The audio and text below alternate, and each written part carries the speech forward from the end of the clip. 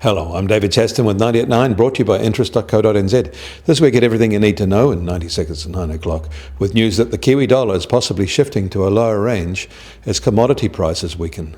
But first, stocks in Shanghai fell sharply yesterday, down a massive 2.8%, and this follows a nearly 3% slump on Friday.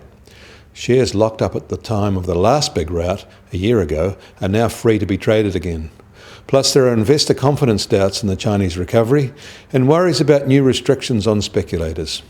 However, it's a Chinese thing. Other equity markets in the region did not go out in sympathy. Singapore, Hong Kong, Tokyo and Sydney were all higher on the day yesterday.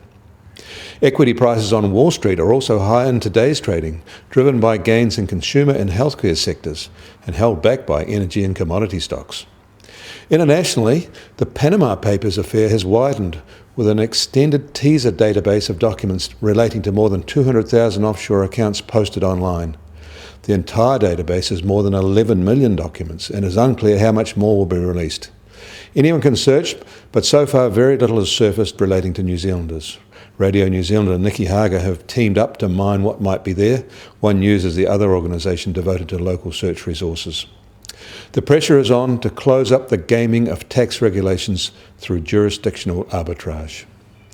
The pressure is on democracy as well. Around the world, rabid far-right populism and selfish nationalism is in the ascendancy, led by the rise of Donald Trump.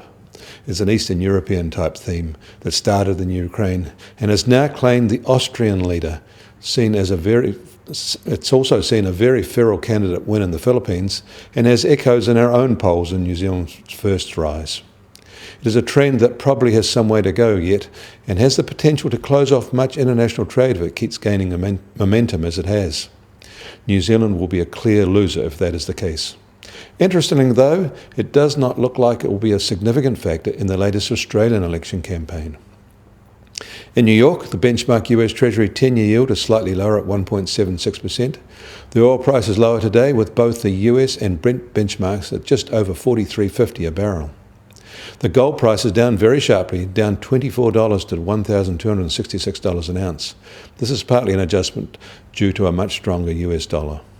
And finally today, the New Zealand dollar will start noticeably lower on that stronger greenback at 67.7 US cents, 92.6 Aussie cents and 59.5 euro cents. The TWI is now at 71.1.